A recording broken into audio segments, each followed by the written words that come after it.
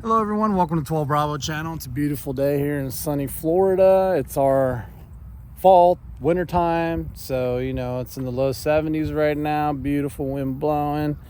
This is the time you want to visit Florida if you don't want to swim at the beaches, that is, and have beautiful, perfect, springtime type weather. So, because those are the two really seasons we have, is summer and spring, because it gets cold at night. Probably, in December, maybe down to the 40s. So more fallish type weather, I guess. So maybe we have fall and summer. I don't know. Never mind what I said. All right, so this is the 2023 Polestar 2. I have a 21. And to be honest, I was looking forward to getting this. This is a loaner. Mine's in the shop right now, having a few things looked at. And just small piddly things that I'm just OCD about. And so this is the new 23, and I'm looking at it, and I noticed that it does have a 78 kilowatt battery like mine does, but it's only 170 kilowatts. So I'm thinking this isn't the dual motor. It's probably rear wheel drive. So and this is a more basic version. It doesn't have any of the packages, I don't think, in it. There's no glass roof or anything, which you might like better. And the tires, these are 19s. Those are pretty much, I think, the same rims that I have, if I'm not mistaken. And I'm not very, to be honest with you, no, I'm not impressed.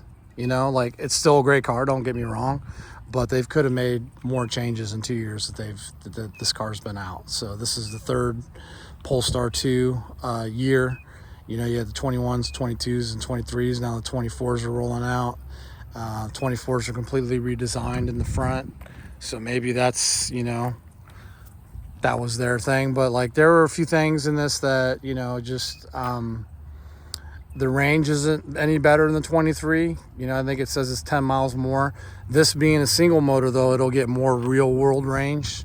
So my car, my real world range of my car on the highway is about 200 miles.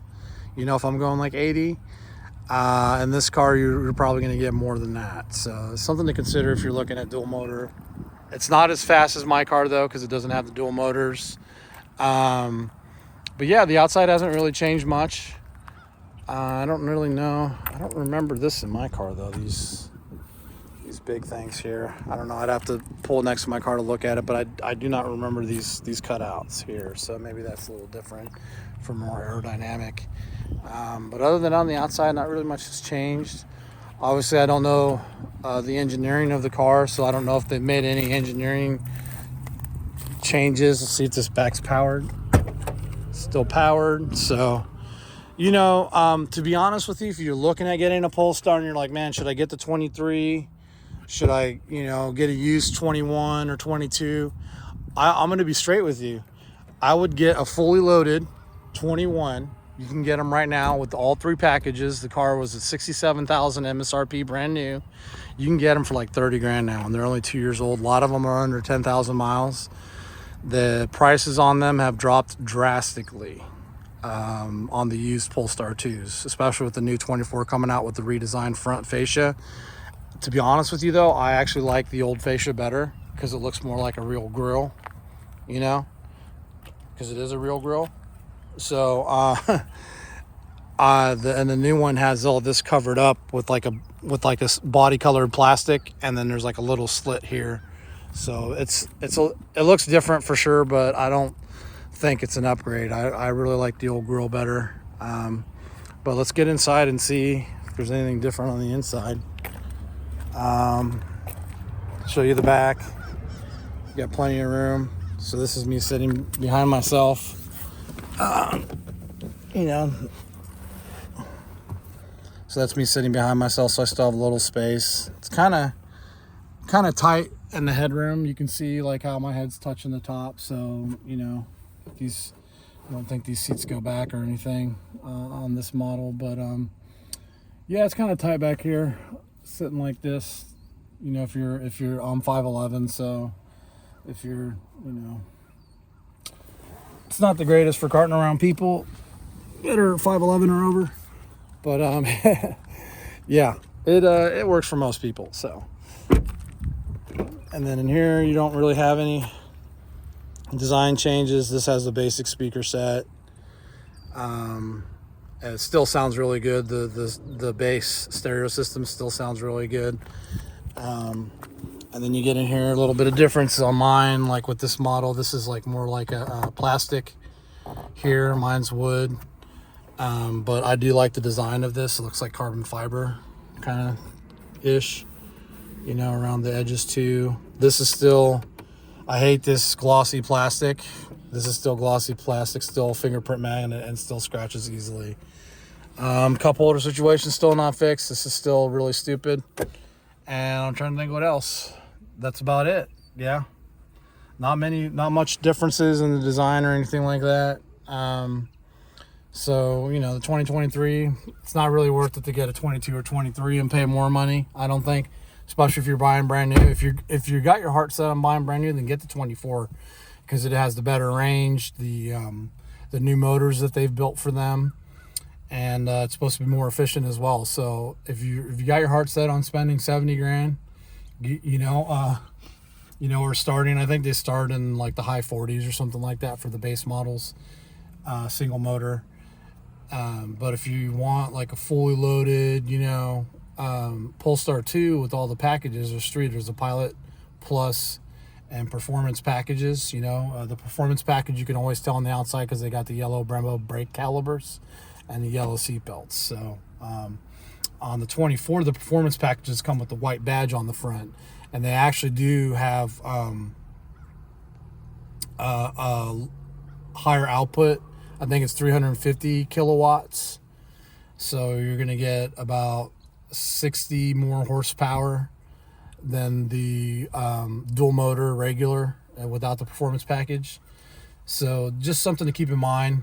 But honestly, for $30,000 to get the car that I have with less than 10,000 miles on it, I've seen them like 34,000, fully loaded, barely any miles, still under warranty, for a few more years. And that's the way to go right there. I think that's definitely the way to go. Just make sure that, if you find anything in your car, you take it in, have it fixed under warranty, because everything on this car is super expensive. I got a crack in my headlight that it actually came, like, if the water was coming in the headlight, and I noticed it after a car wash that water was kind of getting in there. So I was like, oh, that's crazy. I should probably take that in. And then it cracked later. So, and honestly, I don't know if it was an impact or not, but you can feel on the outside of the, of the headlight, you can feel like on that plastic covering that there's no like breaks or anything in the plastic. So it's not like if a rock would have hit it, you'd be able to feel where that rock hit. Well, there's nothing there. It's completely smooth. So it seems to have cracked on the inside. Initially, Volvo called Polestar and sent them a picture, and Polestar denied it. And so we're working on that now. I called Polestar and said, hey, I know you guys denied this, but can you escalate it up? Let me explain what happened to you.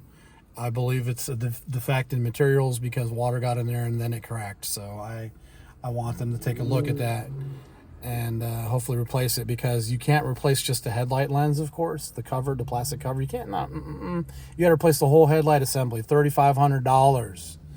Everything on this car is super expensive, so keep that in mind when you're buying a car like this. Can you afford to fix it? If something breaks or goes wrong or someone smashes something, yeah, I could pay the $500 deductible and claim it on my insurance, but I want to see if I can get it done through Polestar. Plus, it's just a tiny crack. It's not really bothering me. I'm just afraid of water getting in there and causing the headlight unit to fail. But, they did put this back in the car. This stupid Volvo map clip. I hate that thing. It is so dumb. Why, Volvo? Like, this is something from the 80s. Okay, and some people think it's cute, it's from the 80s, it's cute, little map holder, blah, blah, blah. It's cool that they put that in there. No, it's not cool. It's stupid. I have to look at that every day right now that I have this car to, while I'm driving. It's annoying. I know it's something really small, but, I don't know why they put that back. So, yeah, I don't know why they put that back in the car, but it's there. So, Anyways, that's the 2023 Polestar 2. Not much has changed. Interior looks the same. This one drives a little different because it doesn't have the Olney shocks. It's a lot smoother. So if you guys want a luxury, comfortable ride, do not get the performance package because those Olney shocks are very stiff. And you feel it when you go over stuff like railroad tracks and speed bumps and stuff like that. It does not give in my car. I've actually been a lot more relaxed driving this car because it's so much softer ride than my car. So if luxury is important to you and relaxing, you know, while you're driving, then do not get the performance package. Test drive them both and see, you know, what you like. They'll come out to your house, or you can go to a Polestar or a Volvo dealership and test drive their used ones. So anyways, that's all I got for you now. You guys stay safe out there, okay? And take care of yourselves.